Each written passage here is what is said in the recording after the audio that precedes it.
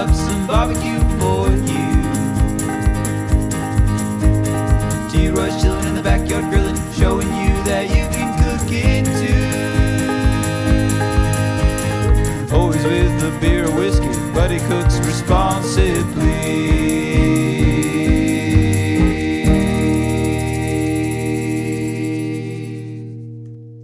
Hey everybody, welcome to T-Roy Cooks. Appreciate you joining us, and welcome to another Tuesday Chatting with Old T-Roy. Hope everybody here in the States had a wonderful Thanksgiving. I know I sure did. Yep, got to see my mom, hang out with Karen's mom and Karen for a little bit, but we had a great time, man. Great time.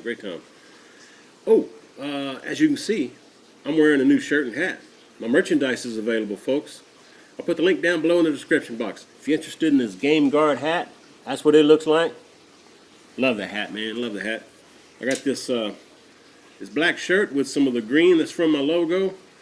And also, I have a gray shirt with my logo in black. How about that? Now, I will tell you, I've only got large and higher. You know, large and bigger. And I'll be putting some more stuff in the store in the future. Maybe some different designs, not necessarily my logo, but some other stuff. Different colors, different color hats with different colored logos on it. So y'all stay tuned. But for right now, I got these Game Guard hats, camouflage hats with the T-Roy Cooks logo in camo. Black shirt, green lettering, gray shirt, black lettering. Have at it. Appreciate all the requests for some merchandise. Oh, what am I drinking today, you ask? Well, y'all know I like Brazos Valley Brewing. They make the, what is it? Willin. They make the Willin beer. Anyway, I've got this one right here. It's called Killing Time. We're going to check it out. It's a, let me see. It's like some kind of a blonde ale. Let me see. Yes, refreshing blonde ale. Uses 2-row and Vienna malts with crystal hops to make this light and refreshing blonde ale. There you go. How about that? It is 5.5% alcohol. There you go, Sal. Let's check it out, man. I don't think I've checked this one out yet. I saw it and just had to check it out. Here we go. Cheers, everybody. All right, let's see if we can get to some questions. All right, these questions are pretty recent, like on the last chat, you know, I pulled them from. First question we have is from BaileyPaws. He says, this question's going back, way back, to when you made a video about setting up a Wyble Smoky Mountain. Man, a lot's changed since then. All right, he says, the way you did it was to use the minion method and drop the wood chunks on top of the charcoal. The Wyble Smoky Mountain by design won't give you that barbecue flavor that a stick burner will give you. Very true, very true. He says, however, I tried burying the wood down in the charcoal way on the outside against your recommendation. I don't know if I ever was against doing that. In fact, I do it sometimes myself now. But anyway, get to the point, get to the question here. He says, I got it very close to that stick burner taste. The smoke was not overpowering at all. I think it made for a better barbecue. Would you consider doing a cook that way with some spare ribs or something like that, and doing a cook at the same time on your Yoder? Yeah, I could do that for you. Yeah, but I wouldn't do it on my Yoder. I gave my Yoder to my son, so now I've got a Lone Star Grills offset. But I can do that. Do a taste test between the Wyble Smoky Mountain, burying the wood on the outside as you suggest, and then cooking it on my stick burner. I can definitely do that. I like me some ribs.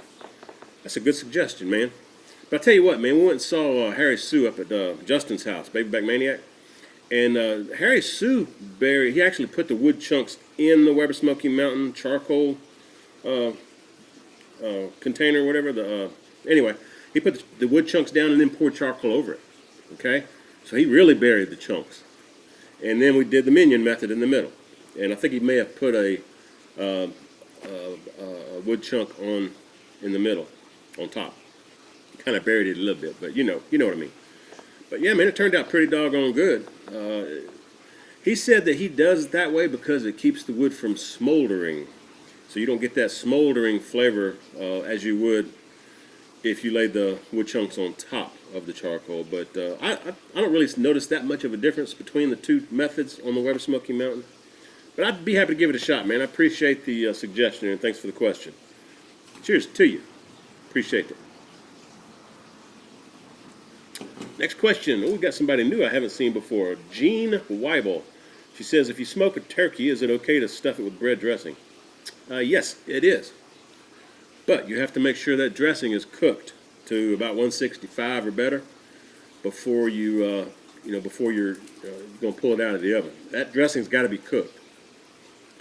In fact, I did a video on it. I'll put that video link up here for you where I baked it in the oven, a turkey, and I stuffed it with some, like a Cajun type stuffing, cornbread stuffing. Okay, y'all check that out. Link's up here. But yeah, definitely do it. Just make sure the stuffing is done, okay? And make sure your turkey's done too. Appreciate the question, Gene. All right, Jeff Lee says, love trying your recipes and techniques with my Wyble Smoky Mountain. I gotta ask, what's the best hot barbecue sauce you have ever tried? Not just so hot that it tastes horrible, but good flavor with a lot of heat, especially something that can be purchased online. I'm in North Carolina. Jeff, man, I'll tell you what, most of the barbecue sauces don't have a lot of heat because they balance it out with sweet. Like I got one, let me show you real quick. All right, y'all. I got this one from Head's Country out of my local store, but you can probably find it at Walmart and Target, stuff like that too. This is apple habanero. All right. Even though it's got habanero in it, it's not super spicy. I mean, it has some kick to it, don't get me wrong. But it's not overly spicy because they balance it with some sweet. Another good one. I like this one. I like this one a lot. James actually turned me on to this one. Brother James over at Aim 'em and Claim 'em Smokers. That's good stuff, man. I also love Tim Buck's barbecue sauce. They've got a spicy version that I absolutely love. And you can definitely buy that online. I'm pretty sure they're in North Carolina, too. Tim Buck's barbecue sauce. I'll put their link down below. I'm not affiliated or anything. I just love their product. You know, just letting you know. Good barbecue sauce, both of them. But the spicy is pretty good. You could also just take some cayenne pepper and add it to some barbecue sauce, man. You know, warm it up a little bit on the stove. And just throw you a little bit of cayenne in there if you want a little extra kick. That's what I would do. But I can't handle heat like I used to when I was younger, so I stay away from anything that's really super hot. Oh, you know what? Texas rib candy. You know, y'all seen me use the Texas rib candy before. They've got a habanero that I love. It's the mango habanero. But some of their versions, like I think the apple habanero and maybe the bird bath, so they've got some other versions, other flavors. Sometimes you can get them with ×2 or ×3 the heat level. So check that out. I'll put their link down below as well. Texas pepper jelly. Really good stuff. Anyway, hope that helps, Jeff. Next question is from Christopher Brown. What's going on, Chris? Hey, man, cheers to you, bro. Christopher says, I watched your beef jerky video and wanted to ask how much of a difference to the meat would it make if I used freshly cracked peppercorns and increased the amount of red pepper flakes? Dude, that would be awesome. You'd get a lot better pepper flavor from the fresh cracked black pepper, okay? And, depending on the grind or not, I'd grind it fairly, well, not coarse, but not real table fine either, because you want a little bit of that bite. The pepper flakes, go for it, man. The more the merrier, in my opinion. That's good stuff. Adds a little bit of kick to the heat going down the back of your throat. Give it a shot, man. That's what makes jerky and all cooking so much fun. Make it your own. Try it out. If it doesn't work out, hey, it happens. But if you find something good, man, I can't tell you the number of times I've tried something on video and it's the first time I've cooked it, but man, it turned out so great. And then I go back and watch that video at a later date so that I can repeat it. I do that quite often, folks. There's some good recipes out there on my channel. Y'all check them out. I got something in my eye. Alrighty. Appreciate the question, Chris. Go for it, man. Steve O says, great chat, Troy, and cheers. Cheers to you, Steve. Appreciate it. Appreciate your support, man. All right, Steve says he's been wanting to get a vacuum sealer. Do you use one? And if so, What do you recommend? I love Heaven-Made products as well. Yeah, Heaven-Made products is jamming, man. I love that stuff. Appreciate you giving them some support as well. And I think last time I used their product on video, I gave y'all the promo code Troy10, and they had just updated their website, so that code wasn't working, but it should be working now. So if you order something from Heaven Made Products, try to use Troy10, Troy10, all together, and that should give you a 10% discount. If it doesn't, let me know. Or just email Michael over at the Heaven Made Products. Let him know. Vacuum sealers, that's where we were. Dude, I do use a vacuum sealer. I use it for like when I want a dry aged meat. You know, I get those umai bags. I can use it on my my food saver vacuum sealer is what I've got. Okay, I just picked it up at Academy, but I've seen them also like in Target, Walmart, Amazon. But it's a food saver that I've got, and it works wonderful. I can even can with mine. They do make some high dollar ones though. I mean, if you really want to get a really nice one, you can spend $1,000, $1,200 depending on what you want to do. I think the one I've got is maybe $100, $120. You know, it wasn't too pricey, but it wasn't the bottom of the rung either. But yeah, Food Saver brand, that's what I got. Works great, man. I've had it for probably 4 or 5 years. And let's see. Next question is from Richard Nichols. How you doing, Richard? Cheers to you, my brother. There you go. Richard says, hi, T. Roy from Broken Arrow, Oklahoma. Thinking of changing from a barrel smoker to a pellet smoker. What is your opinion? And cheers. Yeah, cheers again to you. Appreciate it, Richard. In my opinion, you'll get a lot more flavor in your meat from the barrel cooker. The pellet cooker, it's more like an oven with a kiss of smoke. Okay? You don't really get as much of a smoke flavor in a pellet cooker, at least from what I've tasted. I've never cooked on a pellet cooker, so don't yell at me, okay? There may be some good ones out there that really give you a nice smoke ring and a real nice smoke flavor in the meat. But I'll say this for the pellet smokers, you plug them in and you set it and you're good to go. You don't have to worry about it. You can go off and watch a football game or whatever you want to do. And you can pretty much do that on the barrel cookers too, like the pit barrel cooker and homemade UDS, you know, stuff like that. They're pretty set it and forget it as well. But in my opinion, you get a lot more flavor off the barrel cooker, man. You really do. Just depends on, you know, if you just want to be super easy and buy pellets and have electricity out where you're going to grill or cook. And I will say this, you can use the pellet cooker like an oven. You can remove some of the baffling under the grill grate, and you can actually get like sear tips, you know, like 600, 700, 800 degrees temps, right where that the pellet is burning. Fire that baby up, and you can sear you some nice steaks, or maybe cook you a nice pizza on a pizza stone. Can't do all that stuff on a barrel cooker as easily, because usually those barrel cookers are made for smoking. They cook at lower temps, you know, 300 or less. Anyway, the option is yours, man. If it were me, I'd keep the barrel cooker. Dennis Murray says, really enjoy your vids. They're really informative. I appreciate that, Dennis. Thank you very much for the support, man. He says, my wife brought home a Butterball turkey the other day, and it says on the package that it's been brined. What, if any, experience have you had with pre-brined turkeys? Are they as good as brining yourself or not? Congrats on the grandbaby. Appreciate that, Dennis. Thanks, man. Grandbaby's doing fantastic. Brined turkeys. There's nothing wrong with the pre-brined turkey from the factory. They use a sodium solution. They may put some other stuff in the brine solution other than sodium, so you might want to see what all the brining solution contains. You know, it may have phosphates and stuff in there to help tenderize the bird, or, you know, different things. And it'll turn out okay. In fact, I got a Butterball turkey for Thanksgiving. It was pre-brined. I baked it in the oven. Turned out fantastic. It's good stuff. The only thing I would say, though, is you get a lot more flavor out of a brine that you make yourself. But you can add whatever you want to your brine. The sky's the limit. You can throw you some orange slices in there. Throw you some tangerine in there. Throw you some cloves, some bay leaves, 5 spice, whatever floats your boat, you can throw it in there, man. It's good stuff. Black peppercorns you can put in there, you know. it's good. You know, you get a lot more flavor out of a homemade brine. But pre-brine ain't bad. You know, it'll work. Thanks for the question, Dennis. I appreciate it, brother. Cheers to you. Oh, we got Sal from the Root Boy Cooks. Y'all go check him out, man. In fact, if there's any YouTubers like Sal here at the Root Boy Cooks, if I mention any YouTubers, I'll put their links down below in the description box, man. Y'all go check them out, show them some love. If you hadn't checked them out yet, please do. They've got a lot of great channels out there, man. Really do. And Sal's one of them, the Root Boy Cooks. Cheers to you, Sal. Rock on, brother.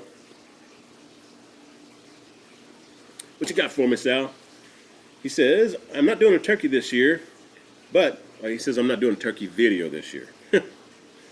He says, but I'm smoking 2 small turkeys. What's a good meal for Christmas? I'm tired of having ham and turkey. Rock on, Troy. Yeah, rock on, Sal. Appreciate that, brother. Dude, you know what for Christmas I love is a prime rib roast with the bone tied. All right, they slice the bones off, and then they tie them back on with butcher's twine. I love me a bone-in prime ribeye roast. I'm talking USDA prime, not just the generic term prime rib. You know, you can find some what they call prime rib. It ain't USDA prime. It's select or choice, you know. So make sure you get a USDA prime rib roast. And basically what it is, it's a ribeye roast that they take the roast and cut ribeyes out of and get the bone in. It tastes a lot better. That's what I would do. I've got plenty of videos on that. In fact, I'll put one up here for you. I think I did it last year or the year before. I can't remember. I think it was 2 years ago. But thanks, Sal. Try it out, man. Good stuff. You'll love it. I know you'll love it. It's great on the rotisserie, too, man. A rib rack, a rib roast. Put it on the rotisserie if you got one, man. Yeah, you do. I know you do. Next question we have. Oh, yeah. Cheers to you and rock on, Sal. Okay, next question. Cooking is amazing. Another YouTuber. Link will be down below. Cooking is amazing says, what's up, T-Roy? Cheers to you, brother. Hey, cheers to you, brother. There you go. Says, what side recipes do you prefer to smoke? Mac and cheese or anything like that?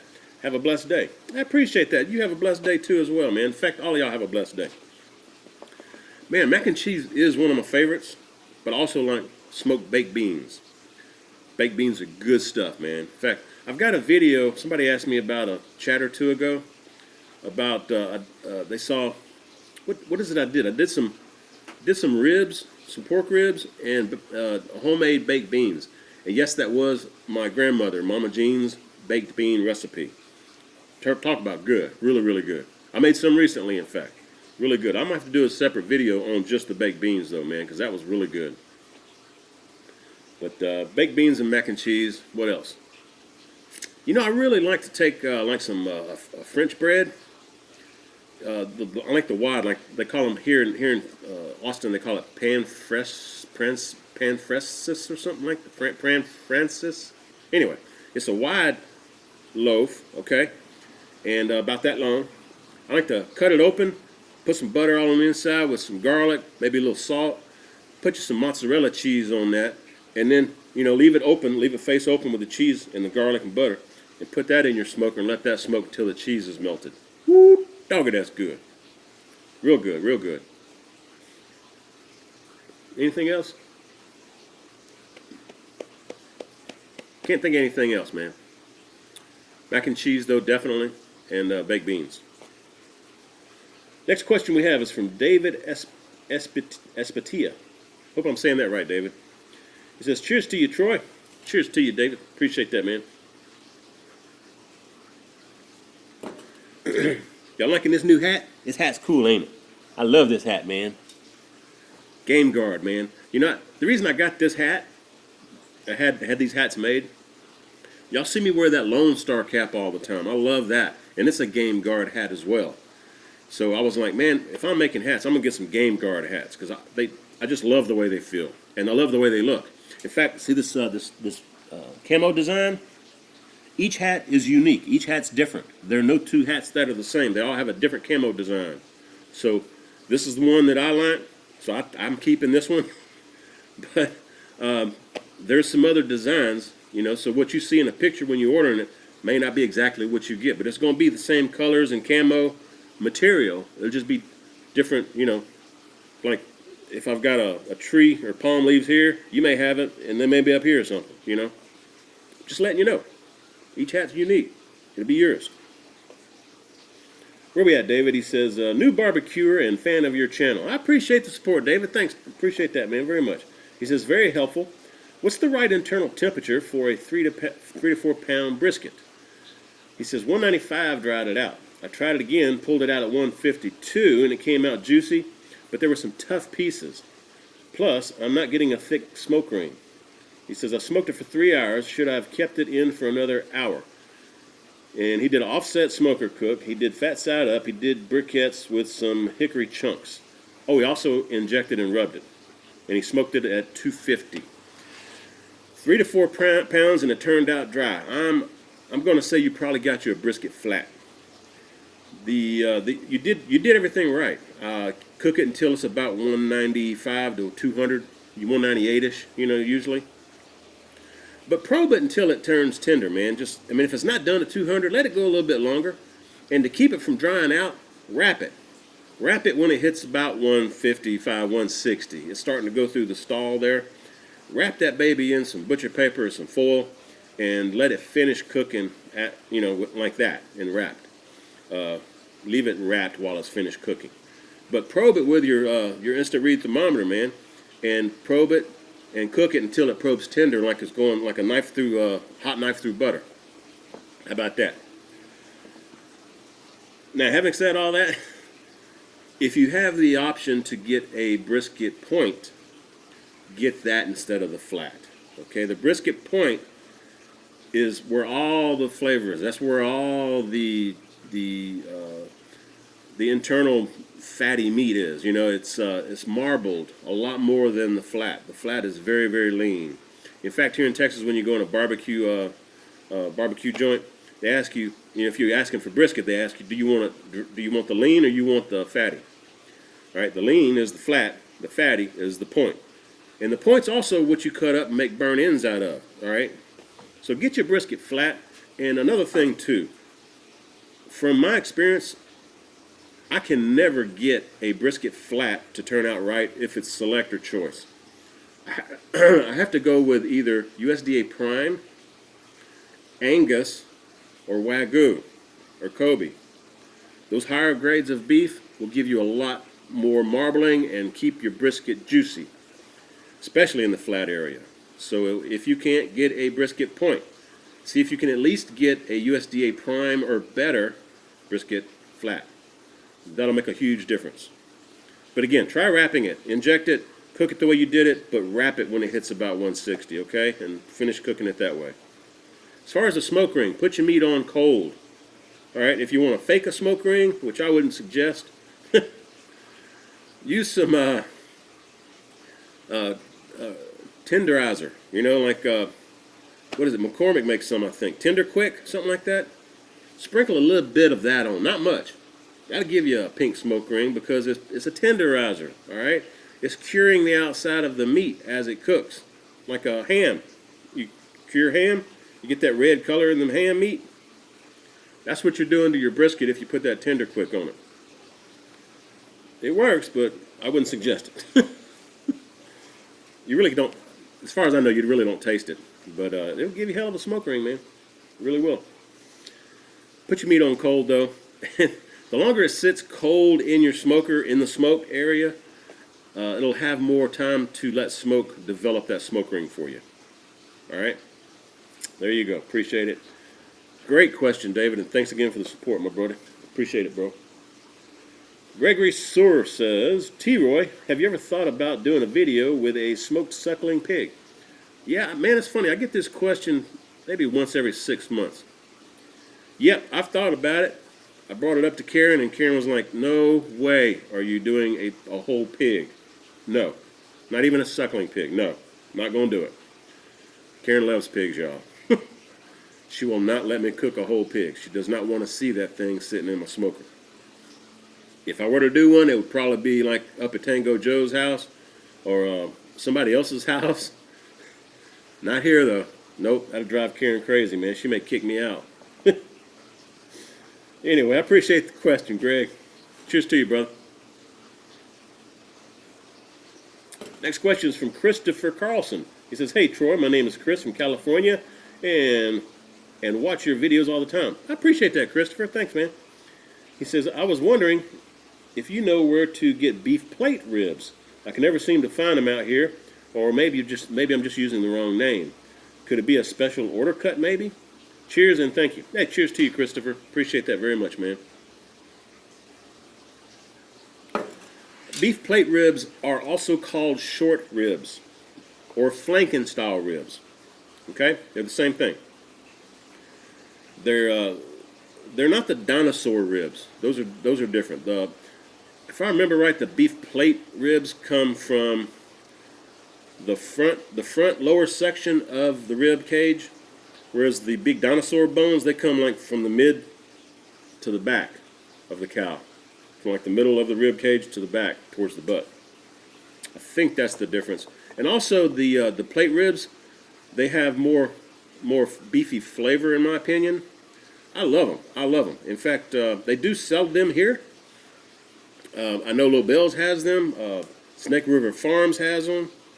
You can check some other online meat purveyors, and I bet you can find some. But if you have a local butcher, ask him for some beef short ribs or flanking style ribs. That's my favorite, the flanking style. Basically, I bet you know out in California, you probably know about Korean barbecue, okay? They have the little thin strips of beef ribs, but they cut across the ribs. That's flanking style. That's what I love. You have, and I like to get them cut thick, not thin like for barbecue, for Asian barbecue, Korean barbecue, which is like maybe a 1/4 inch thick. I like mine about 3 inches thick, okay, wide. You know, you got the beef, you got the ribs, okay, the ribs are all here, and they cut across all the ribs, so you got ribs lined up, cut across the ribs, and they got a nice big tall layer of beef on there, and then,